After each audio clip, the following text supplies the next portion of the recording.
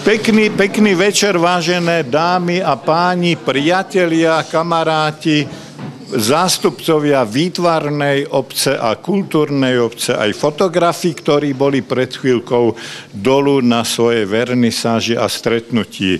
12.12. v roku 2012, teda pred mesiacom, zhruba sme v tomto našom klube umelcov otvárali zvláštnu výstavu a prezentovali projekt, ktorý je jedinečný a unikátny v kontexte slovenskej výtvarnej kultúry.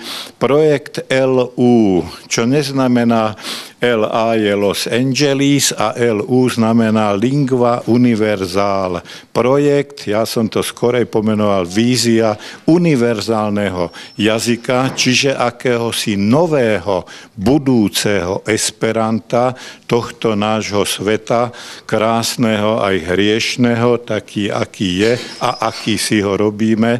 A skutočne projekt Lingua Universal je projekt jazykovedný, lingvistický, ale samozrejme, že pri písme, reči a jazyku sa stretajú dve kultúry ľudskej spoločnosti, ikonická kultúra obrazu a alfabetická kultúra slova, ako to definoval žijúci, geniálny a veľmi múdry pán taliansky Umberto Eco. A na túto ideu, myšlienku, víziu, fantáziu nadviazal v roku 2009 náš kamarát a priateľ, muž, ktorý sa zaslúžil o obnovu klubu umelca a ju zafinancoval pred 5 rokmi, pán František Filkorn, ktorý tu stojí vedľa mňa, ktorého samozrejme všetci poznáme už dobre a dlho, a vypracoval vo Viedni, kde žije ako rakúsky občan i slovenský občan, vypracoval svoj projekt LU, univerzálneho jazyka a reči. My sme hľadali formu aj vizualizácie tohto fenoménu, tohto javu, tejto reči, tohto jazyka, a tú vizualizáciu sme nakoniec zverili, respektíve sa o ňu s odvahou neuveriteľnou pokúsila mladá poslucháčka Vysokej školy výtvarných umení Tereska Šufliarská, ktorá tu sedí s nami, to je táto blondínečka. A naozaj z jej počítačových grafík, ktoré spájajú práve tie letristické prvky, tie lingvistické prvky, znakové, ikonické prvky, vytvorila výzdobu, proste vizualizáciu tohto fenoménu. Keď si pozriem na tieto listy, tak si pripomenám tie zložené dlane. Je to prosba, je to modlitba, dalo by sa povedať. Keď si zoberete ten ľavý list, je to prísaha viery, že by sme mali veriť aj jazyku, aj človečine, aj ľudskosti, aj kultúre, aj umeniu, ale zároveň je tam aj Adam a Eva, ktorí boli vyhnaní z toho raja nášho sveta, potom ako okúsili jablko poznania, ale aj jablko pokušenia, a nakoniec ten prvý lingvistický projekt Babylonskej veže, dobre vieme, ako skončil, no nie moc úspešne, lebo práve vtedy začal ten ohromný Bábel, to nedorozumenie a neporozumenie, ktoré žiaľ Bohu funguje na tomto svete stále a obávam sa, že ešte aj dlho fungovať bude. Preto som aj ja ako kunsthistorik pristúpil k Ferkovi Filkornovi s tým, že som povedal, iste, že tvoj projekt je veľká vízia. Kiež by sa naplnila, možné to je, nakoniec nemuseli by sme si hneď kaziť náladu, že sa to nepodarí, a rozhodne, čo myslím, že aj vy všetci budete súhlasiť s tým, že ľudia tohto sveta by si mali rozumieť činmi, myslením, gestom, ale aj slovom, rečou a jazykom. A o tom by mohla byť aj Lingua Universal. Trošku viac nám o nej povie sám autor tohto projektu a potom pán doktor Viktor Jasa, náš kamarát, kolega, kunsthistorik, ktorý má k tomu svoj zvláštny príspevok. Pokiaľ budete vy chcieť povedať k LU niečo, nech sa páči, samozrejme máte otvorenú možnosť a slovo, aby sme sa vyjadrili hovoreným slovom, môžeme si aj napísať niečo. A rozhodne teda Lingua Universal by mala pokračovať. Je to projekt, projekt. Ja odhadujem na 5, 10, 20, možno aj 30 rokov. Rozhodne sa to nedá nadekrétovať, že na budúci rok. Ale však veríme, že svet sa bude vyvíjať aj ďalej. Nakoniec aj ten majský koniec sveta ako si sa nepodaril, alebo to zle to odhadli. Takže dúfajme, že svet pokračovať bude, len teda keby pokračoval ten svet lepší a múdrejší a ľudskejší. Ferko, máš slovo. Ďakujem.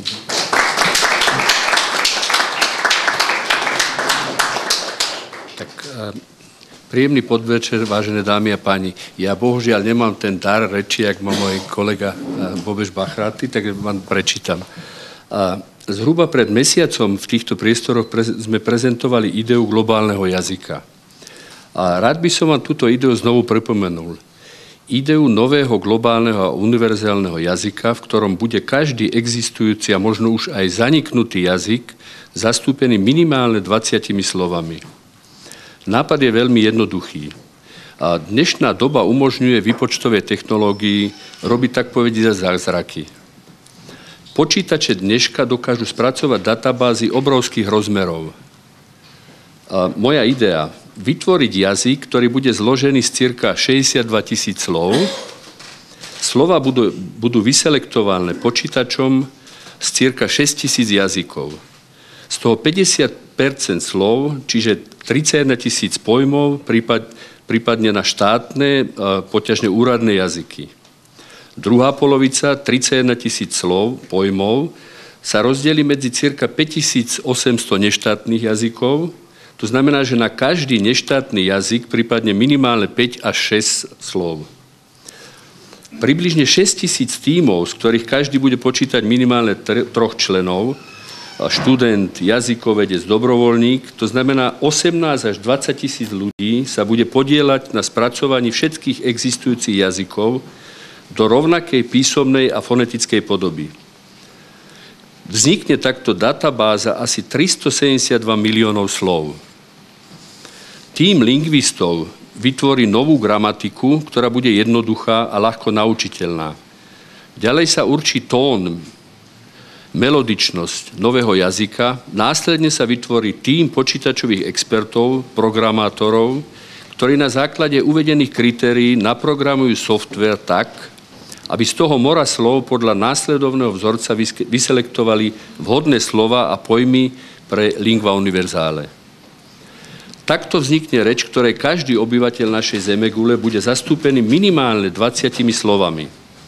Všetky doterajší pokusy, ktoré boli viac či menej známe, neboli úspešné, pretože sa každý plánovaný jazyk tvorí len z niekoľkých národných jazykov. Esperanto napríklad zo západoeurópskych jazykov a niekoľko slovanských slov. Ido, hlavne románske a z časti slovanské slova. Intelligua deto, napríklad Afrihili, africké jazyky.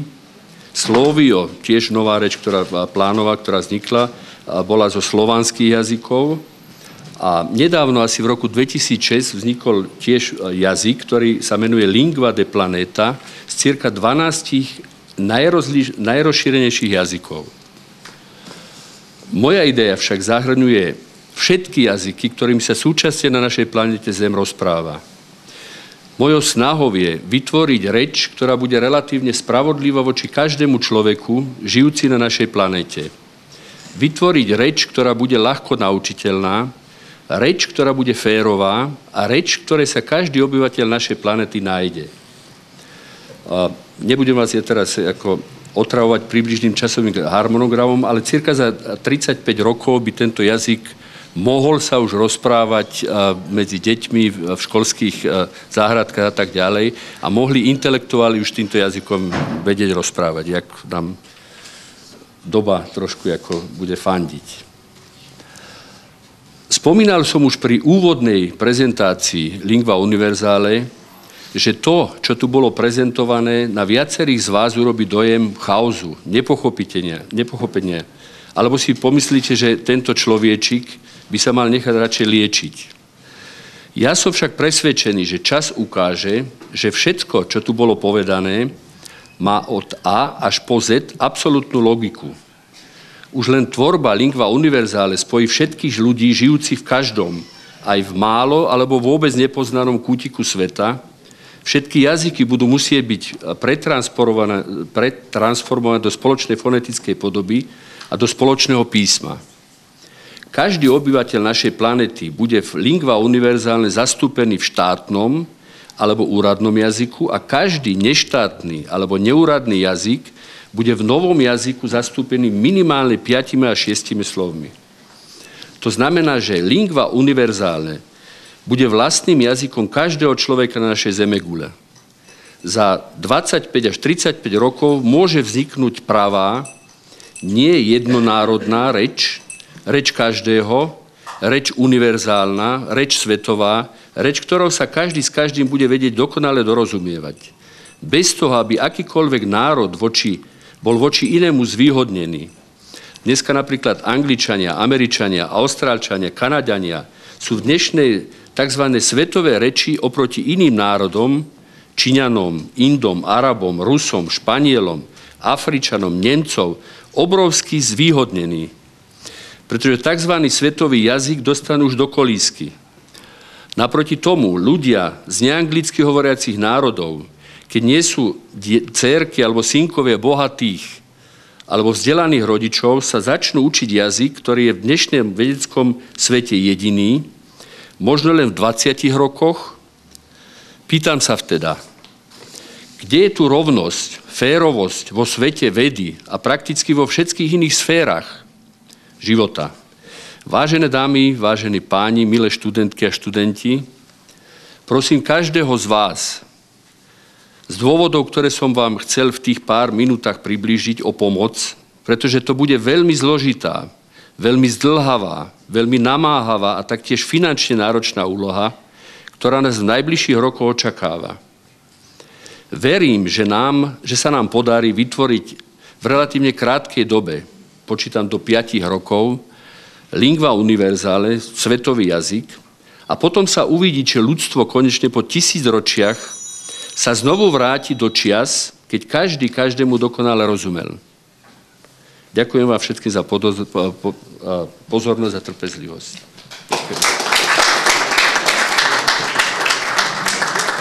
Teraz doktor Jasaň vám povie trošku náboženskú stránku celého tejto programu.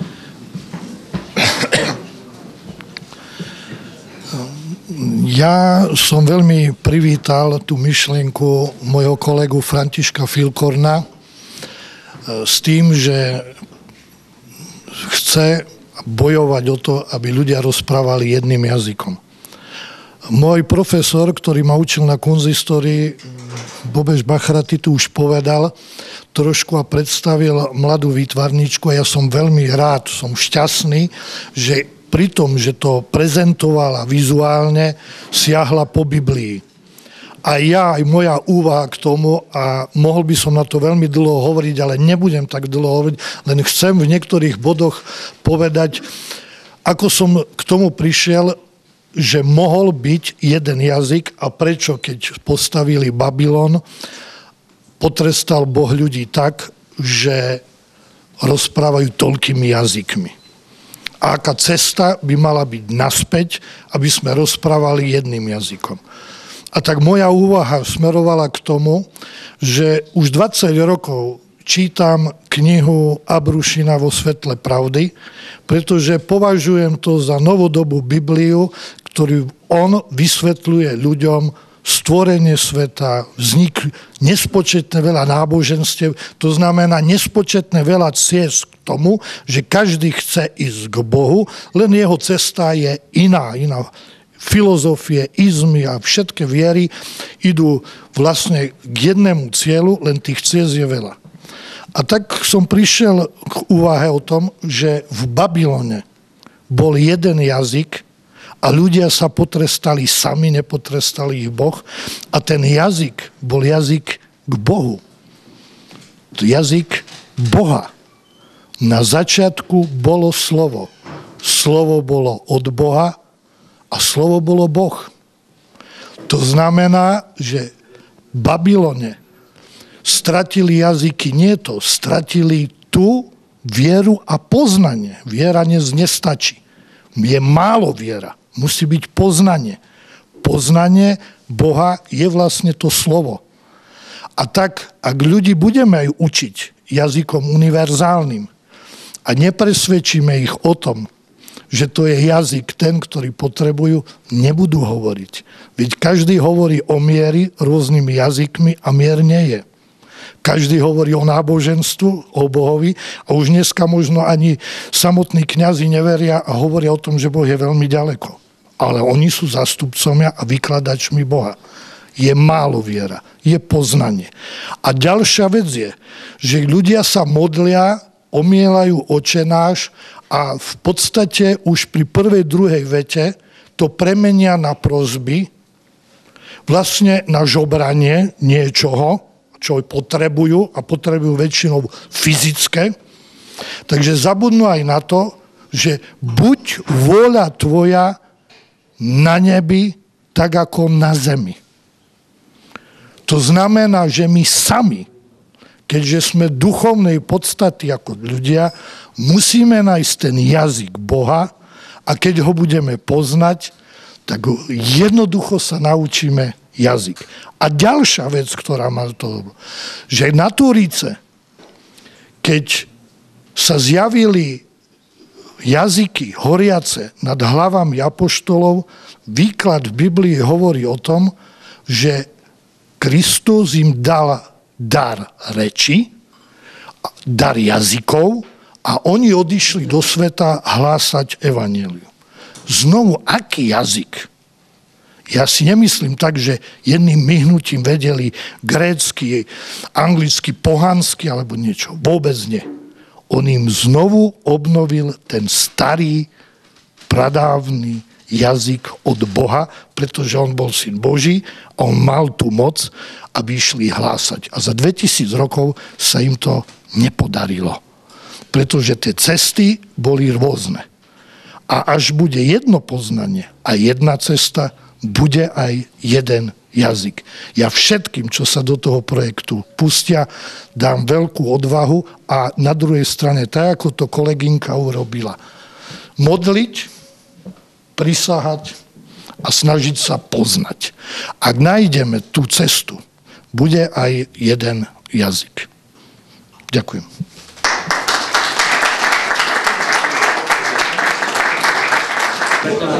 Celkom dobrá idea, celkom sa mi to páči, že niečo takéto vzniklo a ako naozaj, že jazyky a história jazykov je niečo, čo sa každého z nás dotýka. Áno, ďakujem. Dobre, ja by som sa chcel opýtať, pretože mňa zaujali a dá sa podľa mňa aj bavia cudzie jazyky.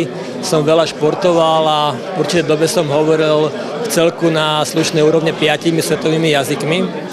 Že ako chce pán Filkorn prezentovať tie výhody tohto univerzálneho jazyka, pretože si myslím, že to bude veľmi náročná cesta, že ako chce povedzme presvedčiť jednotlivých, či už obyvateľov planéty, že nie je angličtina, ale práve tento jazyk univerzál je ten správny jazyk.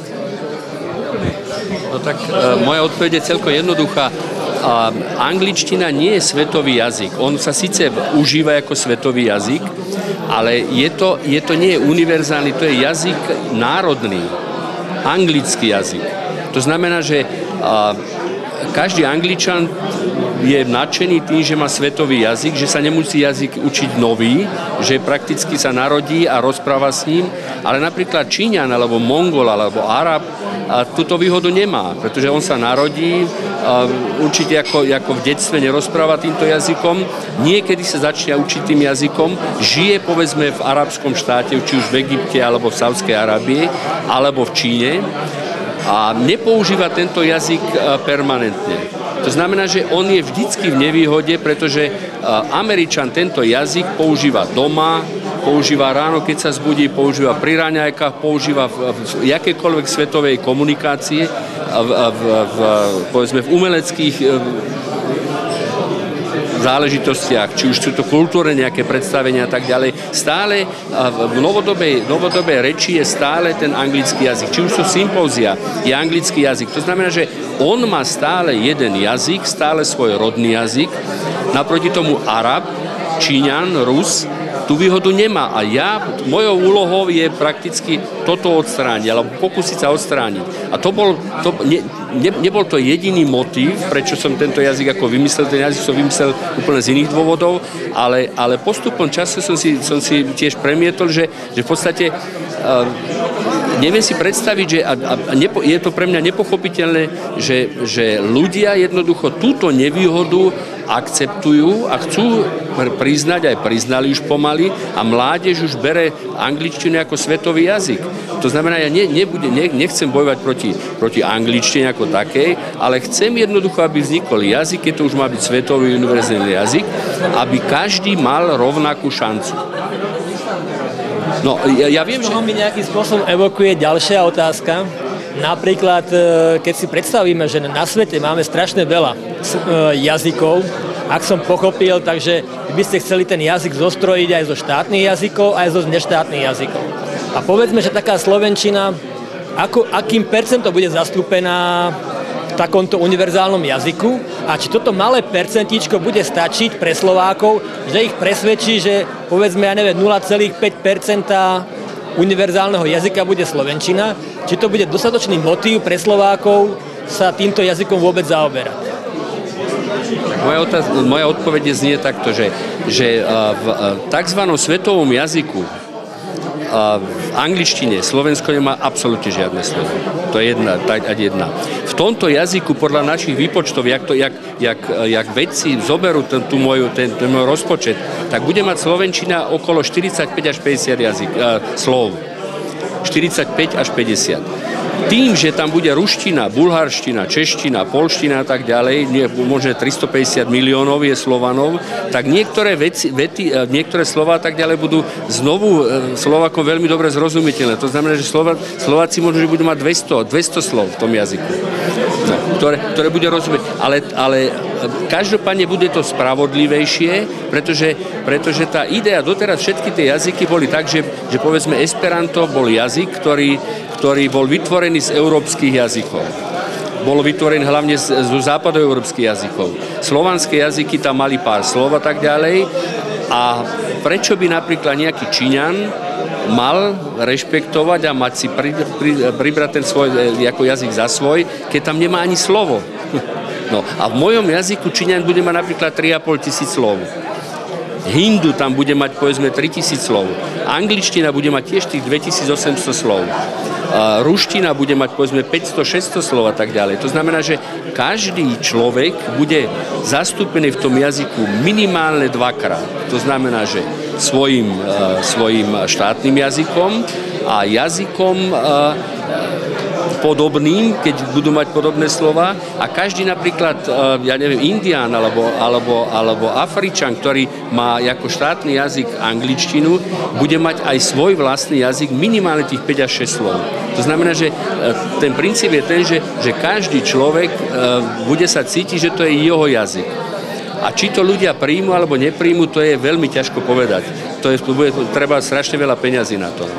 Ale ja verím v to, že ľudia pochopia, že jednoducho prečo by mal jeden národ alebo niekoľko štátov, a tým myslím hlavne Američania, mať vo svete vždycky tú výhodu. To je obrovská výhoda. Ja žijem v dvoch krajinách. Ja žijem na Slovensku aj v Rakúsku.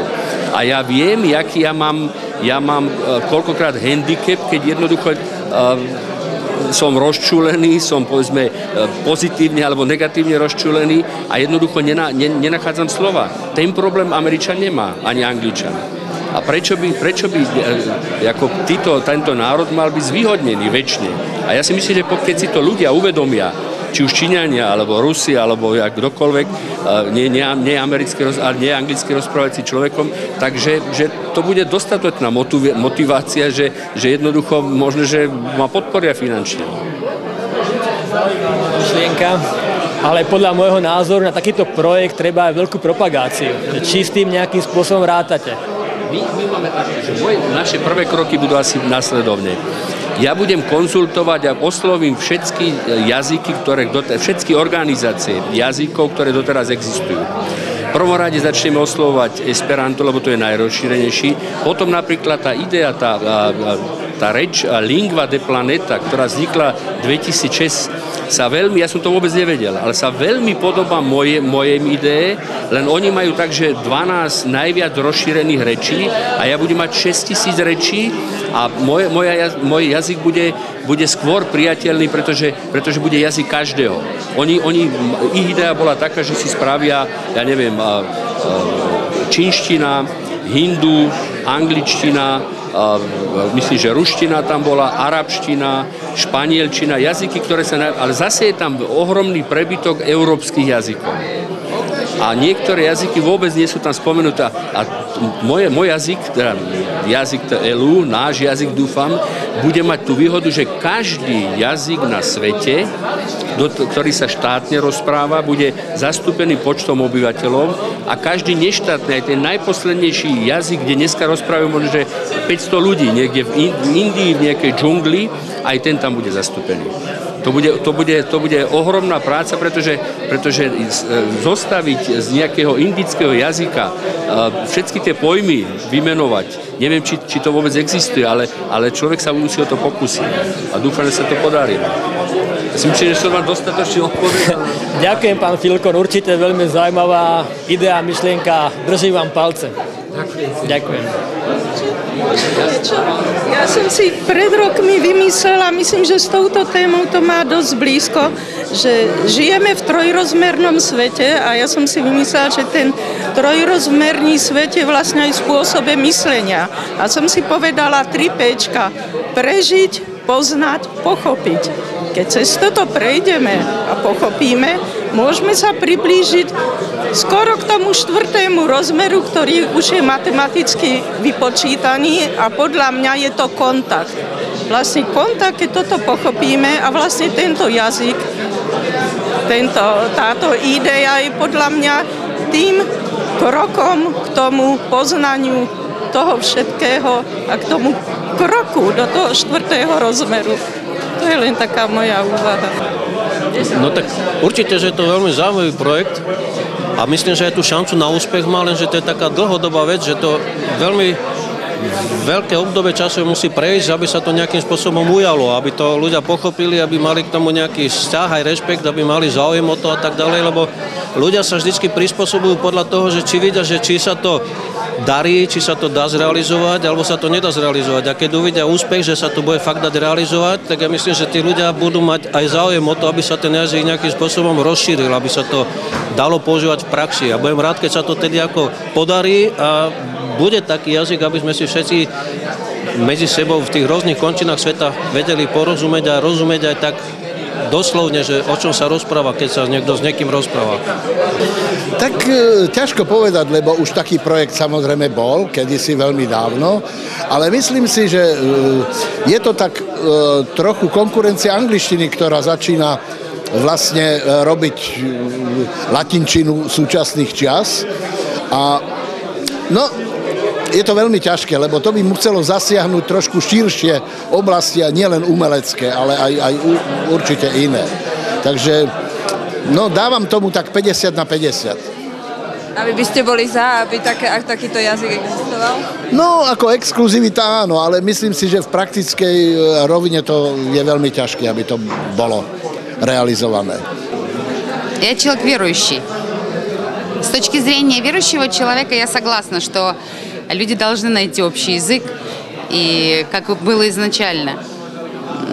Но я не вижу пока, что человек к этому готов. И я не думаю, что этот проект, он может так быстро состояться. Для меня есть некая утопическая здесь часть этого проекта. Но, как мне кажется, это намного сложнее, чем просто создать язык. Это человек должен сам себя переосмыслить. Это очень глубокий процесс, который я несколько к этому пессимистически отношусь, что готов ли человек создать такой язык. Все-таки это должен быть язык все равно от Бога, а уж Бог определит, когда человеku этот jazyk вернуть. Tak nie sú to veci, ktoré robím bežne. Bolo to pre mňa inšpiratívne, lebo bola to v podstate výzva. A je to téma, ktorá ma zaujala, že má to presah aj do kultúry a mohla som tam riešiť také nejaké moje obľúbené témy, ako nejaké biblické motívy a antické. A spojením vlastne ilustrácií a takým nejakým variovaním a voľnými interpretáciami vlastne tých príbehov som si vytvorila také svoje nejaké